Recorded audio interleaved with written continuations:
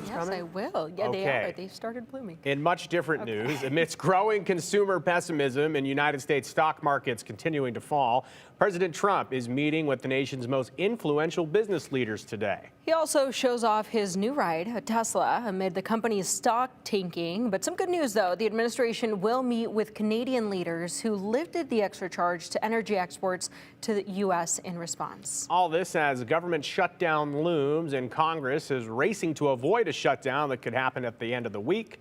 NBC's Vaughn Hilliard has details from Washington. For a second day in a row, the Dow on a roller coaster, reacting to an escalating trade war with an ally and U.S. consumers caught in the crossfire.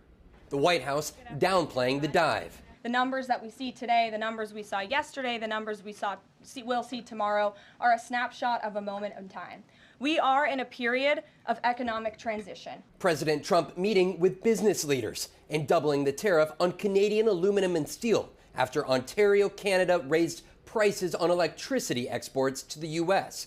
The premier responding to Trump's new tariffs. Fighting like this does not make sense. The president facing another battle, this time in Congress, and with his own party to avert a government shutdown. We'll have the votes. We're going to pass the CR. The House expected to vote on a bill to fund the government through September. Speaker Johnson opting to push it through without Democrats' help. It cuts a whole bunch of programs. It's a partisan, unilateral. It's not really a CR. It's actually a funding bill because it cuts a lot of things. And some GOP members still undecided.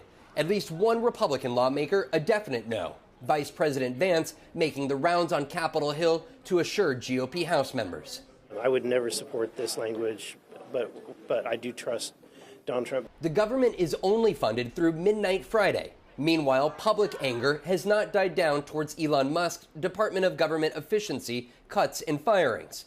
These former federal workers making their voices heard on Capitol Hill, calling for Democrats to act. And I hope that they use this as an opportunity to take those actions that I feel like haven't been taken to this point.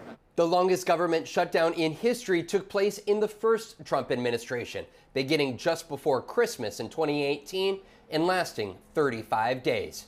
In Washington, Vaughn Hilliard, NBC News.